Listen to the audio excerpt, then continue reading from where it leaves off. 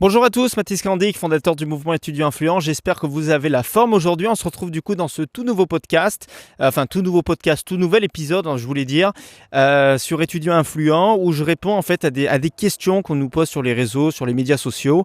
Et je prends vraiment un instant pour y répondre et apporter ma réponse, ma valeur et mon expertise là-dessus. Donc ça me fait vraiment un plaisir de vous retrouver aujourd'hui dans ce podcast. Alors aujourd'hui, on a une question qui a été posée, c'est comment s'y prendre quand on n'a pas de soutien de ses proches, justement quand on veut lancer un projet, une entreprise, on a une idée en tête et des fois notre entourage malheureusement nous motive pas, nous pousse pas, nous conseille pas de se lancer sur ce terrain-là.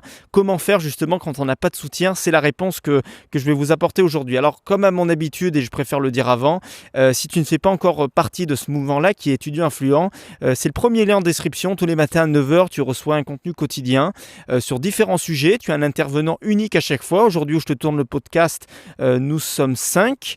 Et voilà, et ces 5 personnes-là publient du contenu. Alors, sur différents domaines, différents sujets.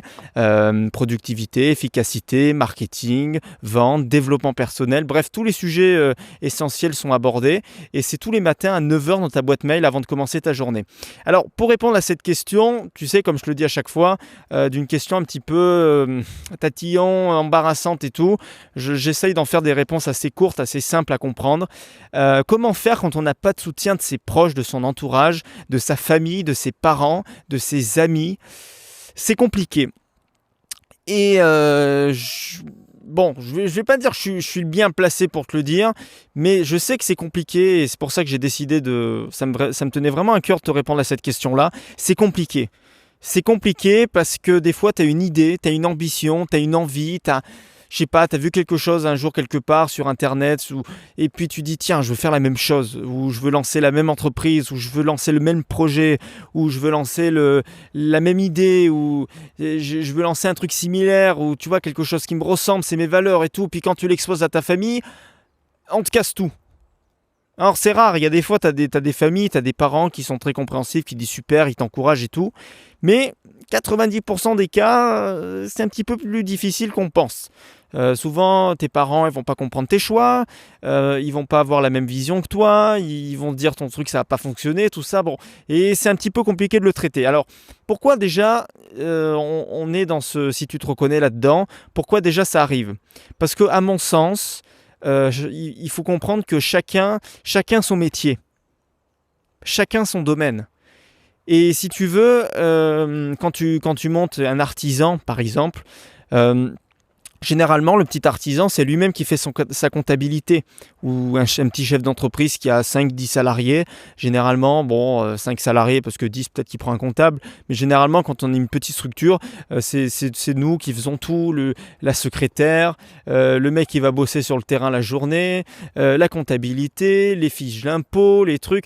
Et finalement, on se retrouve noyé par 80%. Ça nous prend 80% de notre temps, tu vois, de faire toutes ces petites tâches administratives et un petit peu, voilà, c'est pas notre cœur de métier. Et finalement, on concentre beaucoup moins de temps, maintenant que 20%, tu vois, sur notre réelle activité. Et ça, c'est le piège. Et tu vas comprendre pourquoi je t'illustre cette question par cet exemple-là, parce que chacun son métier, chacun son domaine. Moi, il y a de ça quelques jours, tu vois, j'ai dû rédiger un email pour répondre à une entreprise sur un domaine juridique. Je suis pas juriste, je suis pas avocat, je suis pas, voilà, chacun son métier. Il y a des domaines là-dessus, il y a des études pour faire ça. Ça s'improvise pas. On s'improvise pas d'être demain juriste ou avocat, ou tu vois. Donc chacun son métier. Pareil pour être comptable. On n'est pas comme ça. Il y en a qui vont faire leur comptabilité eux-mêmes, mais c'est un métier. Il y a des études, il y a des années d'études pour être expert comptable, même comptable. Ça s'improvise pas. Donc, il y a une part aussi, c'est tout de suite en lien avec l'ego. Et généralement, quand on a un projet, tu vois, une idée ou un projet qu'on veut développer, c'est tout de suite en lien avec notre ego. C'est qu'il faut accepter de s'entourer de personnes qui soient, comment dire, qui soient plus compétentes que toi sur certains domaines que tu veux lancer. Quand tu lances un projet, une entreprise ou quoi que ce soit, tu as besoin de 50 talents. 50 talents. Dans la technique, dans le numérique, dans la communication, dans la personne qui va répondre au téléphone, dans même le domaine que tu veux lancer, sur le graphisme, tout, tu as besoin de 50 talents différents. Tu vois ? Et tu peux pas être experte dans chaque domaine. Donc il y a un moment, il faut que tu lâches prise. Il faut que tu laisses, tu vois, tu t'évites de prendre un petit peu le contrôle sur tout et que tu délègues certaines tâches ou que tu les fais faire par d'autres personnes qui sont vraiment compétentes ou c'est vraiment leur passion, tu vois, ils sont experts dedans. Ben, c'est ce que j'ai fait pour le mouvement étudiant influent. Par exemple, tu vois, j'ai une idée qui me vient là-dessus. Et le mouvement étudiant influent, c'est la même chose. C'est un mouvement où ça réunit à la fois de la technique, des réseaux sociaux, des publications, du développement personnel, de la vente, du marketing. Je ne peux pas tout faire tout seul. Je ne peux pas faire tout ça tout seul, c'est pas possible. Et c'est pour ça que justement je me constitue une équipe. Et je suis très fier d'eux, parce qu'on fait tous ensemble un excellent boulot. Et tous les matins, ils envoient leur contenu et tout. Et c'est génial, parce qu'ils apportent une vraie valeur, une énorme valeur ajoutée à notre communauté. Mais ils sont là. Voilà, j'ai besoin d'eux. Tout seul, je peux rien faire.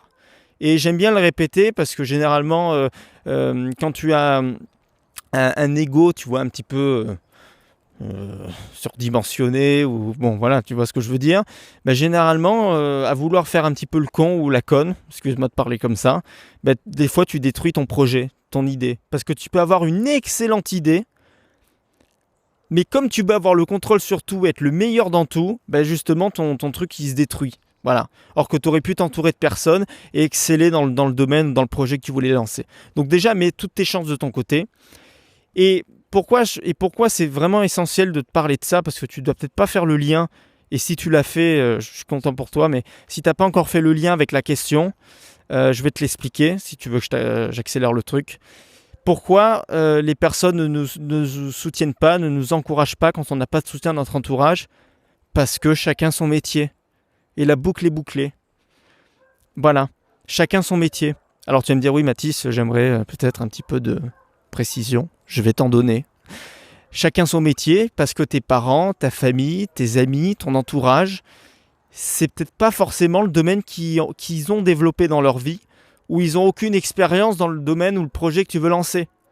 Donc ils vont te donner des conseils qui est tiré de leur expérience personnelle, professionnels, mais en aucun cas n'ont mis sur pied et en place le projet que tu veux ou l'idée que tu veux développer. Donc ils vont te donner des conseils bancals. Tu comprends? Et ça, c'est important de l'avoir dans la tête. C'est qu'il y a des personnes qui ont une idée, mais juste de fou. Mais lance-la ton idée, putain, lance-la ton idée. Mais qui vont se faire détruire. Je m'énerve là, hein. Qui vont se faire détruire parce que leurs parents, leur famille, leurs amis, leur entourage leur a dit non, le fais pas. C'est pas fait pour toi. Tu n'y arriveras pas. C'est des années d'études. Mais ils en savent rien, putain. Ils l'ont même pas fait. Ils l'ont même pas fait. Chacun son métier, chacun son domaine. Et 90% des cas, bah, généralement, tu as un entourage qui n'est pas forcément cohérent ou en lien avec ce que tu veux développer. Donc, ils vont te donner des conseils qui sont bancals. Alors je dis pas qu'il ne faut pas tenir compte de leurs conseils, mais va plutôt chercher des personnes, si tu souhaites développer un projet, avoir un avis là-dessus, va chercher des personnes qui sont compétentes, qui ont déjà lancé ce que tu veux faire, ou qui du moins ont lancé une activité ou une association ou un projet similaire à ce que tu veux lancer, et va parler avec eux, discute avec eux, prends contact avec eux, rencontre-les, échange. Autour d'un café par exemple, mais échange avec eux, parce que c'est ces personnes-là qui ont déjà le même mindset que toi, qui ont une idée similaire à la tienne, dans le même domaine et qui vont pouvoir vraiment t'apporter d'excellents conseils. Alors je sais que des fois c'est compliqué, parce que c'est tes parents. Et tes parents, bah, voilà, tu les aimes et puis tu n'as pas forcément envie de les décevoir. Alors quand tu prends une décision et puis finalement tu t'aperçois qu'ils font la gueule parce qu'ils t'ont dit non, il ne faut pas que tu fasses ça et tout. Puis ils sont tristes à l'idée que tu es parqué là-dessus et que tu veux absolument développer ça. Je sais que c'est compliqué parce que c'est tes parents. Et que tes parents, des fois, ils comprennent pas toujours tes choix. Et c'est le cas aussi pour moi en ce moment. Voilà, je fais des études dans le jardin, j'ai des ambitions de créer une start-up dans le digital. Et on comprend pas. Ils me comprennent pas. Je travaille énormément, je travaille les week-ends, je travaille en soirée jusqu'à des fois minuit, 1h du matin sur mon projet. Ils ne comprennent pas. Pourquoi ce choix-là? Donc forcément qu'ils vont donner des conseils un petit peu, voilà. Mais je sais que c'est difficile parce que c'est tes parents et que des fois tu as du mal un petit peu à, à retourner le pas et puis à dire non, je vais voir quelqu'un d'autre. Mais si, fais-le parce que ça va te construire déjà personnellement et ça va te donner et t'apporter d'autres idées, d'autres visions, d'autres angles. Tes parents te donnent un angle de vision, tu vois, leur avis. Donc il faut aussi le prendre en compte, tu vois. Mais il ne faut pas se contenter que d'eux. Il faut aussi aller chercher des avis d'autres personnes. Et le soutien, c'est ça. Alors généralement, des fois, on dit pourquoi on n'a pas le soutien, mais est-ce qu'au fond de toi, tu as vraiment besoin d'avoir le soutien de tes parents si finalement ils t'encouragent, ou même tes amis ou ton entourage, dans une situation qui est complètement à l'opposé de ce que tu veux faire? Peut-être que plus tard, tu vas le regretter si tu les avais écoutés. Moi, il y a plein de trucs, bon, j'espère qu'ils ne vont pas écouter ce podcast, mais il y a plein de trucs sur lesquels je ne les ai pas toujours écoutés. Quand mes parents me disaient non, le mercredi, parce qu'à l'époque on n'avait pas école, il faut que tu fasses tes devoirs au lieu d'aller chez les voisins pour leur faire l'entretien du jardin, ou même le samedi que j'allais chez les voisins au lieu de faire mes devoirs, ça ne matchait pas. Et moi j'étais entêté parce que j'avais mon projet, développer ma petite activité dans le quartier, à faire mes premiers ronds comme ça. Voilà, c'est comme ça que j'ai commencé. Mais ça allait complètement à l'encontre de eux. Mais avec le recul, parce que maintenant j'ai fait ça, alors attends, pour faire vite un calcul, j'ai commencé, j'avais 11 ans, 10, 11, 12 ans à peu près, on va dire 11 ans. Si je ne l'avais pas fait, aujourd'hui je le regretterais, oui. Parce que pour moi, faire des devoirs là, sur ton papier ou griffonner ton cahier de vacances ou faire les devoirs de la maîtresse, tous les mercredis ou tous les samedis, franchement, ça m'aurait rien apporté de plus. Et aujourd'hui, je suis fier, et je le revendique, d'avoir justement, des fois, de ne les pas avoir écoutés pour avoir me concentrer sur mes projets ou mon idée que j'avais d'aller les mercredis et le week-end chez les voisins pour faire l'entretien du jardin.